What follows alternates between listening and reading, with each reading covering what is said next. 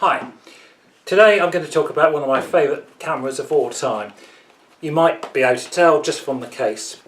When we open it we see the Leica, and it's a 3A. This camera dates from 1936. How do I know it dates from 1936?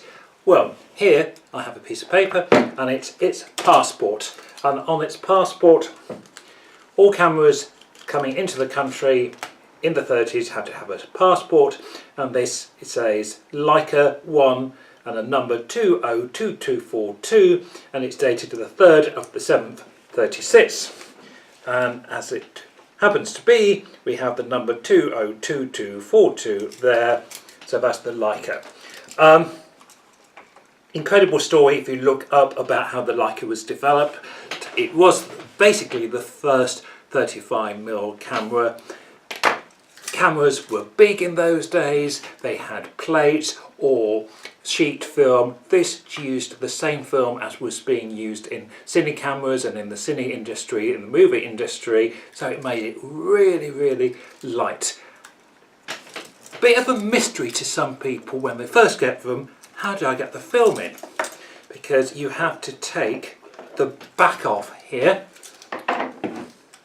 and you always check that it has the all-important take-up spool.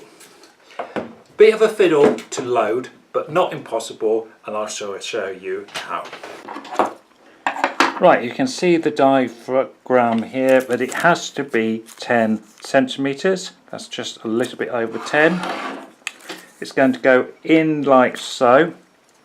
So the bottom of the spool has to be at the bottom. The film goes very neatly in here.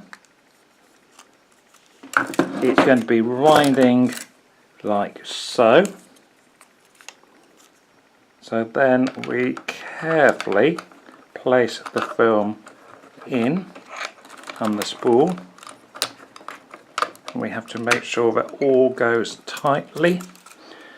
We take a shot, we'll wind on, take a shot, we'll wind on. I can feel that that seems to be winding, but put the bottom on, lock it, and then another shot.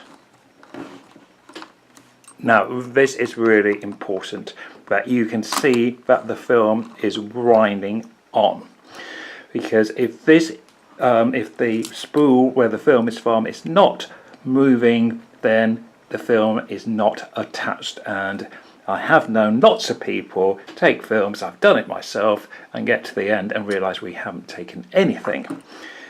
The last thing to do is you have to move the counter to 0, because it will count up from 0. Okay, back to using the Leica.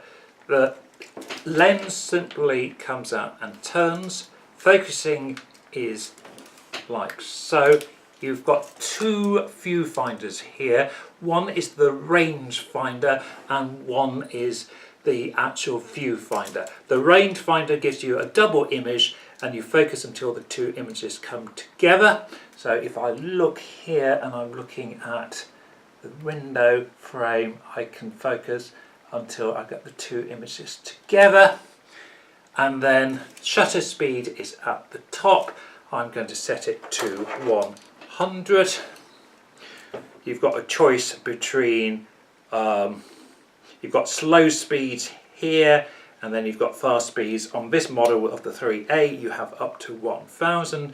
I've got it set to 100, and the aperture, as I'm sure you know, is like the diaphragm of the eye. There's no meter on here, so you have to either use a separate meter or make a guess based on weather conditions and best on light. If it's bright it will be about f11 to 16, if it's dull it's going to be 5.6 or 4 depending.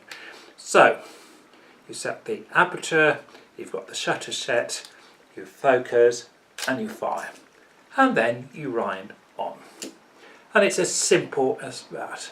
I love the fact it's manual. In the days of now, where everything is automatic, we depend and we get lazy. This, you've got to use your brain, you've got to think about it. But it's portable, it's light, it's fantastic to use. When you get to the end of the film and it stops, remember to move this little movement to R and then wind back the film. These are relatively inexpensive. I say relatively inexpensive. Any Leica, like Rolleiflexes, they always keep their prices. You'd be lucky to get a cheap Leica, but from about 150 to £300 you should be able to get a three. The later Leicas are more, but they are fantastic to use, and I would recommend trying to find a Leica. Have fun.